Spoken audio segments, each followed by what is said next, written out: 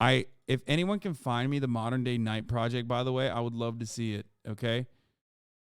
Here, the Minion Death Cult podcast is covering them. The program includes breaking applicants down, waterboarding them, and making them dig their own graves to be buried alive. Okay.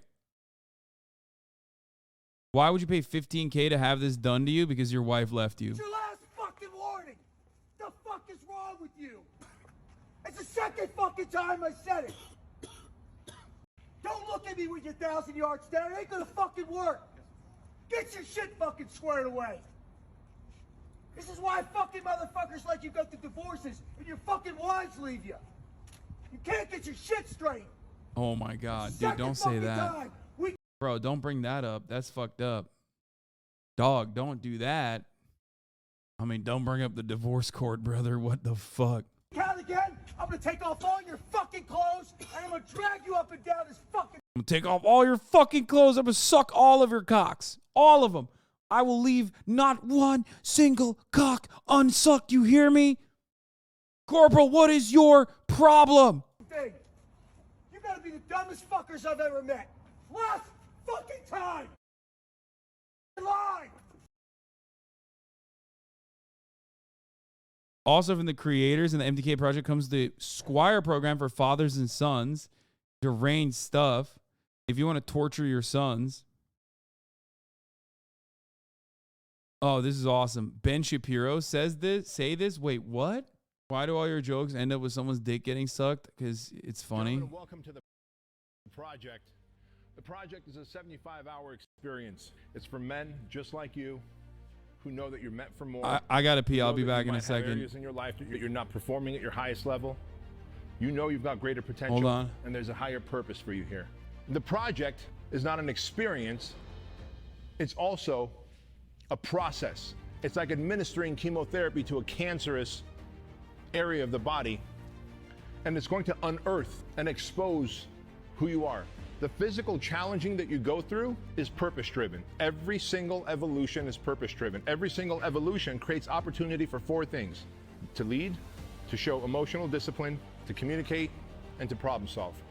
So the project is here for a purpose, to help you become the man you know in your deepest heart that you're meant to be. And all we're going to do as instructors over the next 75 hours is administer the project. No different than a doctor would administer chemotherapy to a cancerous body part. You have to be able to control your emotions, because the moment you shut down and you let those thoughts come in and the self-talk begins, and the self-talk is never, yay, you got this. What did you do? Why did you sign up for this? This is harder than you think. So I want you to understand that if you're looking to the 75th hour, you've already failed. You know that after some amount of talking here, we're going to take you either out that door or out that door, and there's going to be some level of punishment, some level of suffering, some level of adversity. And I'm here to tell you right now, from the fittest to the fattest of you, you're going to feel it. You're going to feel it. So you have the choice to ring the bell and quit anytime you want. You need to understand the difference between being hurt and injured. You need to control the negative thought patterns up here. You need to go to the next hour, and that's all you need to worry about. Who's heard the phrase, blood is thicker than water? Raise your hand. All of you. Yeah, who hasn't heard that incredibly common phrase? That is taken out of context. The true phrase of that is the blood of the covenant is thicker than the water of the womb. What that means is the blood that people spill together, who go through adversity together, is thicker, creates a bigger bond, a deeper bond. Bro, this is literally for people who've never experienced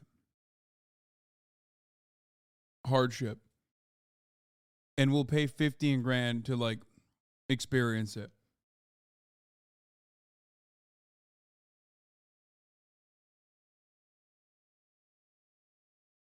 It's just like, hey, did you go to college and you were too much of a goober to fucking join a frat or something? Here, we'll just haze you if you give us 15 grand.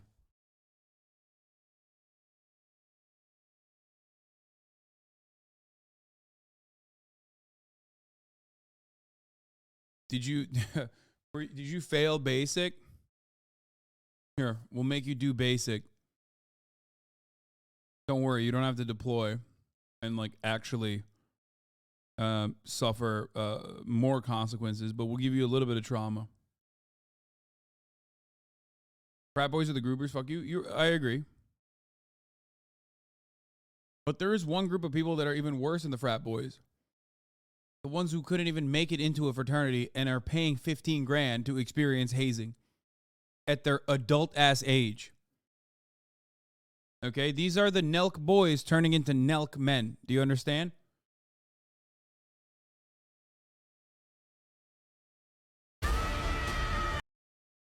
What? A message for men. Bro, no thank you.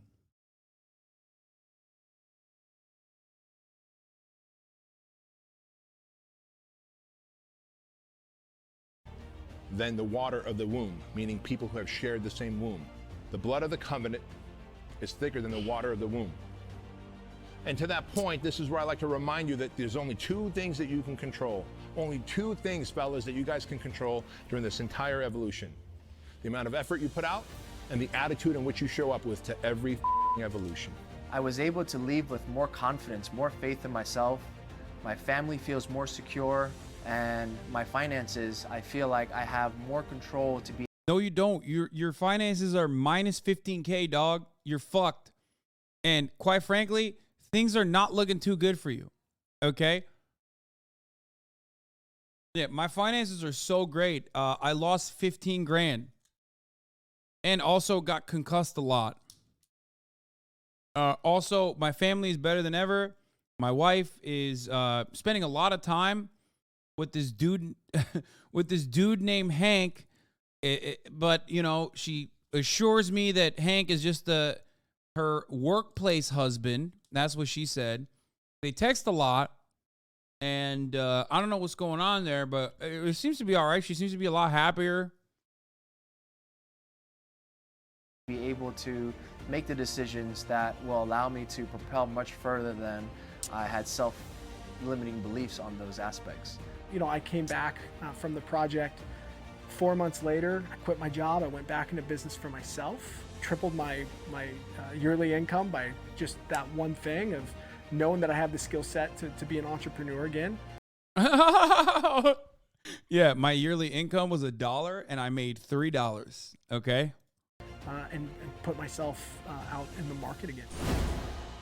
Dude, men are not all right. Okay. Men are not all right. And they're buying this insane shit for it.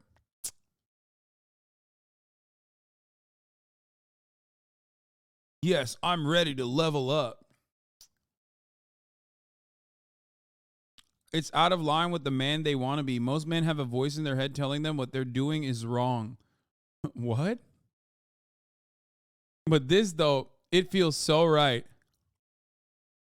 But they continue going back to the source of comfort as a tool to ignore and avoid the work they must do to save mental health, their marriage, their relationships, their business. I say, fuck that.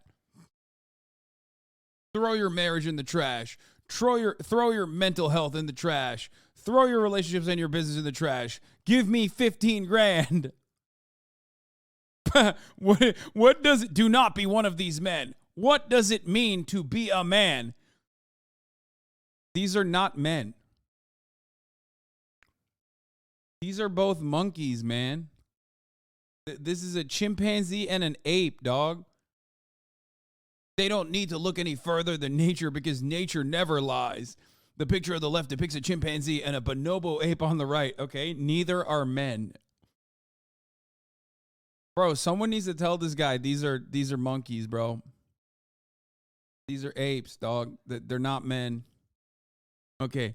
When you understand the difference between these two creatures, you'll know why some men can walk into a room and instantly command presence and respect, and why others are hardly ever noticed or acknowledged. First of all, you see a fucking chimpanzee or a bonobo ape, maybe I'm different, but like I see one in a room, I'm gonna be like, that's awesome. There's an ape here. Does anyone else see the fucking ape in the room? Can I please pet it? Is this one of those apes that's gonna rip my fucking face off? Or is it like sedated enough that it will hold my finger with its tiny ape hand? Because I would like to do that. I would like to have a friendship with this ape. Can I pet the ape? Can I give it snacks to make the ape do cool tricks. That's my thinking. Both of them command the same presence in that regard. I'm just going to say it.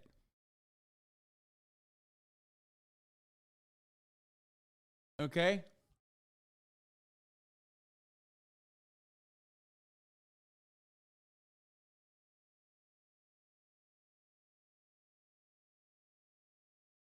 Chimpanzees exist in an environment where resources are scarce. This forces a chimp to compete to secure the respect of other male chimps. Wait, that's not good, bro.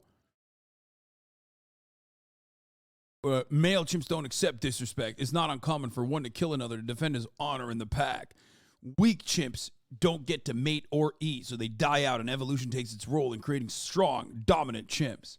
Bonobos, on the other hand, exist in an environment where resources are plentiful. Okay, that seems pretty good. So are humans, by the way.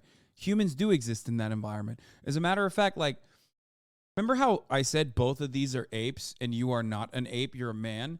One of the fundamental differences that literally differentiates us from both of those fucking things is the reality that we are different and can focus on, like, gathering resources, working with one another, building fucking buildings and shit.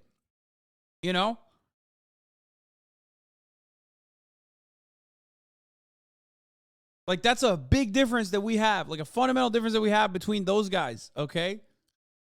And that's the reason why we live in an environment where resources aren't scarce.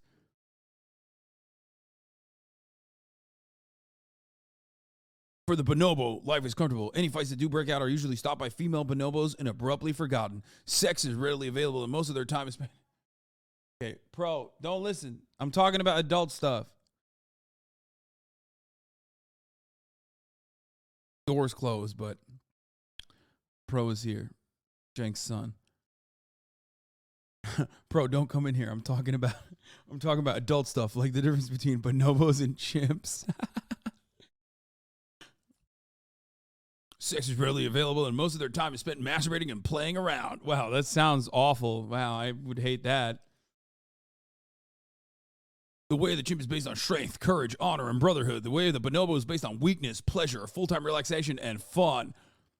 The sad truth about today's society, the world we exist in today seems to be more in line with the way bonobos live their life. Yeah, no shit. That's like kind of the whole reason why we do this. We do this whole, like, society thing. Or for the majority of human existence, we lived in a world more aligned with the way chimps live their lives. Yeah, and it was awful. Dude, what the fuck are you saying? This guy's like, you are not anti-modern medicine, okay? Stop acting this way for marketing. There is nothing more soy than fucking branding yourself like a chimpanzee, specifically so you can get other sad, pathetic adults who are victims of divorce court to buy into your 15-grand program, okay? Don't fucking say you're a chimp and say that, like, humanity has lived for, in comfort for far too long when you drive a lifted F-150 that you do not need, that is that size because of fucking cafe regulations, okay? And the endless need to violate such standards, okay? That you never tow shit with. Shut the fuck up.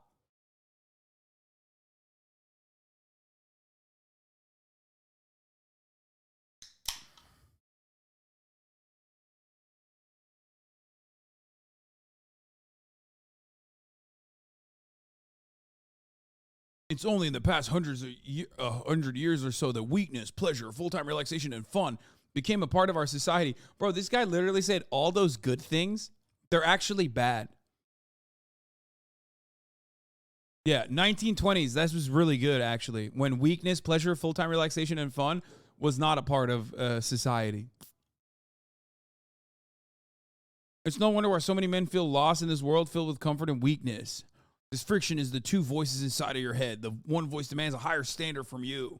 That's why we put on these pads and hit each other with them to become like not bonobos, chimpanzees. This is the internal war most men face. Your burning desire to conquer this inner bitch, the critical voice that keeps sending you back to the void of pleasure seeking and comfort. Bro, here's what I'll say. Okay. I'm more successful than this guy. And I'll go ahead and say I'm probably more successful than every single guy that takes this course. Why? Because I work really fucking hard. Okay. But why do I work hard? Why do I conquer my inner bitch? So that I can do things that are pleasurable, man. That's the point. Like, that's it. That's literally it. That's the point. So that I can live a life of dignity, okay? And get emotional fulfillment from the work that I do. And also have fun, you know? Like, that's crazy. You're literally looking at the dudes, the bonobos that have, like, cracked the code and talking like that's bad. Let's break Hi, chat my with the name is wife Lillian testimony. Garcia. Oh, my Lord. Let's hear it. And my husband was in the project. Let me just say that our life, our business, our relationship has really exploded. Yeah, exploded. Like, my son's TA. My son's, TA that came over weekly, okay, exploded in me, okay? You feel me? Exploded since he came back from the project. I'm telling you, it has been incredible, the change that I have seen in this man. Before he went into the project, he was like, before he went to the project, he was a pussy. He came back from the project, and he's so handsome now. actually dealing with some things that he didn't even know how to get past. He knew he wanted to get to a higher level, but he didn't understand what was holding him back. I couldn't help him as his wife. I tried everything that I could possibly do. But when he went to the project, he was able to break down those barriers thanks to the coaches, thanks to Bedros, thanks to the dynamic of the project and everything and the way that it is designed.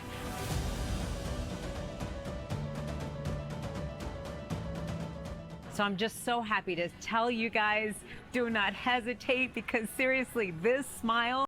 So what I've learned so far from this project is that, like, everyone's just having sex with more men. That's what's improving everybody's lives. The dudes that go onto the boot camp are doing gay shit, okay, and experimenting and, like, getting that newfound freedom.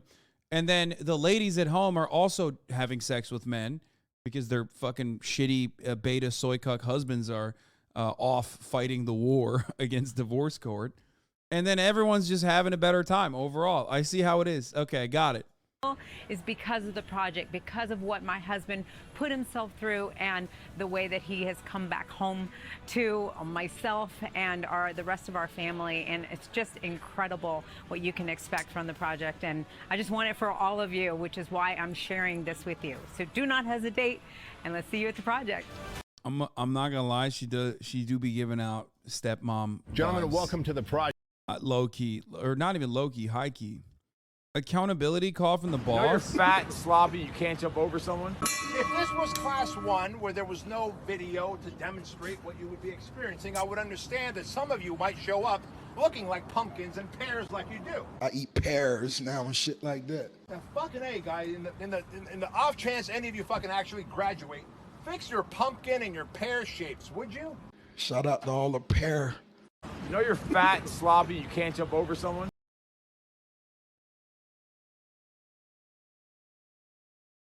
Bro, this is this is awesome.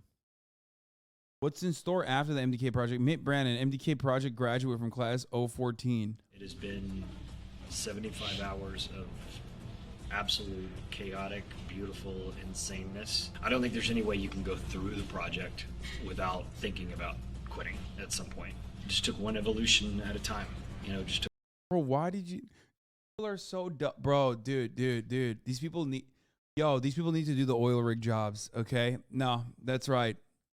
I just realized, first of all, it's the same people that are on Twitter posting about the oil rig guys going, oh my God, look how fucking sweaty and sexy they are. Like, those guys are the real Americans, not the gay Twitter libs, right?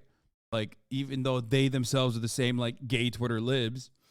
Yeah, this is what happens when you're accustomed to a lifetime of privilege and you have no issues, you got nothing going on, so you're just, like, literally paying for it. It's the same. This is the dude's version of the thing that white women do. What is that, like racism dinners that the Indian lady was throwing? What was her name? You know what I'm talking about? The racism dinners, man. Syra. Yeah. The come on, bro. You know what I'm talking about. Some of you know what I'm talking about. Rayo, Syra Rayo, is that was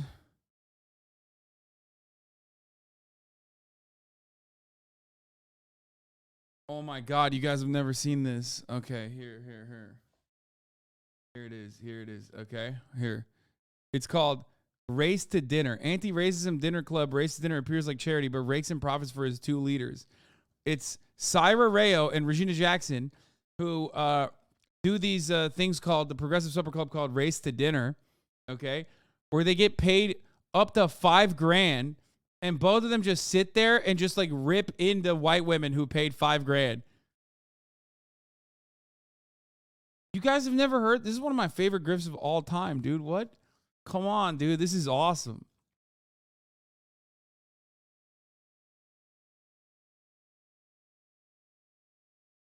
It's so sick.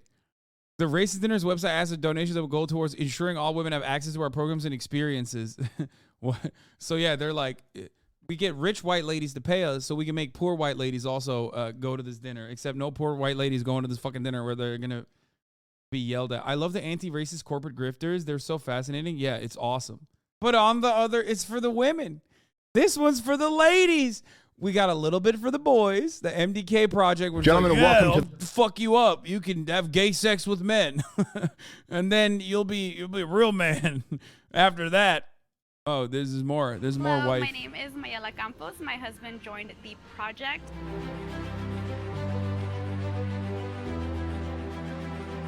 And just a couple of the things that he has definitely improved on: business, family, relationship, whole 9 yards. It's been about a year since he was in there. Bro, I'm sorry.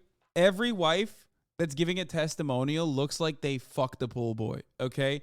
I've never seen more likely to fuck the pool boy wives than these ladies, okay? And there's nothing wrong with that. These ladies are beautiful, they're brave, they're great. But straight up, these are the most like, I'm fucking the pool boy looking wives I've ever seen, dude. Our finances have actually tripled. We were talking about that today, tripled since he was in there. Our annual income in regards to that, just incredible what the project has taught my husband in regards to how to process through things differently, not just emotionally, but mentally. And that also changes, obviously, our communication, our relationship, and the way we grow with our family. Ladies, I know it looks a little crazy, but not all men get to have a good example of how to be a good man and then pass that on. I truly believe that as a wife, it is your duty to level up your husband just the way it is for him to level you up. And if you feel you maybe secretly don't really like who he's hanging out with, maybe he doesn't have the best influences around him, you want to have good men to hold your man accountable, to also help lift him up and make him a good man. There's not much more that I... They never mention how they like tripled their income. have to say, you truly just need to get your husband, brother, father, whoever needs to be in this, to be around a good group of men that will hold him accountable, make him better, make him a modern day knight.